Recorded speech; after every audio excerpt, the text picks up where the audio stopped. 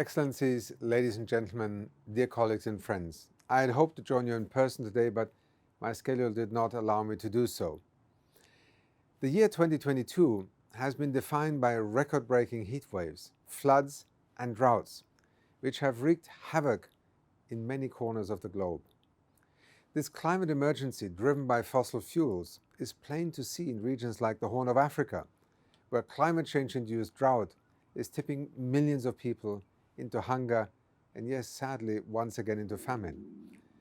As a global community, we are still far from our target of limiting global warming to 1.5 degrees Celsius. Yet, this does not tell the full story. Averages outlined in reports often obscure the sometimes tectonic shifts that are happening and taking place in individual countries, communities, or regions.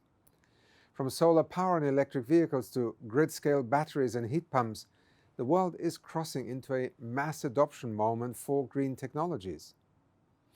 Many developing countries are leading the way, from Angola to Egypt to Morocco, and the new Africa Minigrids program launching today is another clear demonstration that deploying large-scale renewable energies is not only possible, it is now part of our common energy future. A partnership between the Global Environment Facility, the United Nations Development Programme, the African Development Bank and the Rocky Mountain Institute, this program will support mini-grid markets in 21 countries on the continent of Africa. We estimate that solar mini-grids can bring electricity to 265 million people in these countries by the year 2030. 265 million people. Just last month, the program commenced its first national projects in Nigeria and Eswatini. Such efforts will power homes, hospitals and schools, many for the first time. It will also set the conditions to create new jobs and livelihoods, helping to reduce poverty and address inequalities.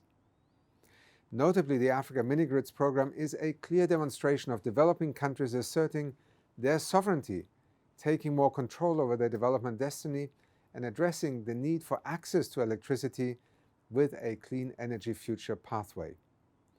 It is a realization that it now makes complete economic sense to invest in the energy infrastructure of tomorrow by addressing the urgent development needs of today.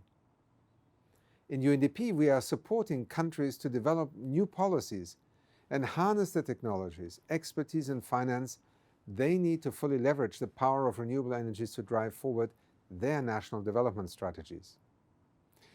Those solutions including supporting countries to attract $65 billion in new investments, primarily from the private sector, that will be needed to realize the mini-grid opportunity under this program.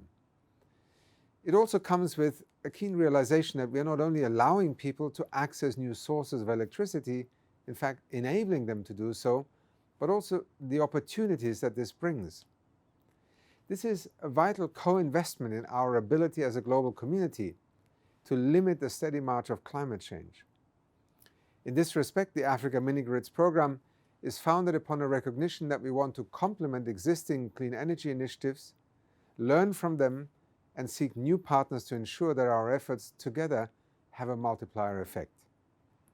Indeed, all of UNDP's energy program is designed to be scaled up as we work with our partners to enable up to 500 million additional people to gain access to affordable and clean energy by the year 2025. Excellencies, ladies and gentlemen, the Africa Minigrids program is a signal of profound change that is now taking place. It shows what is possible when the world approaches decarbonization as a driver of development in line with the global goals. It is not just about building a better world tomorrow. As our window to limit the worst effects of climate change is closing rapidly, it is about working with communities to build a better world today and the pathways towards successful sustainable development for tomorrow. Thank you.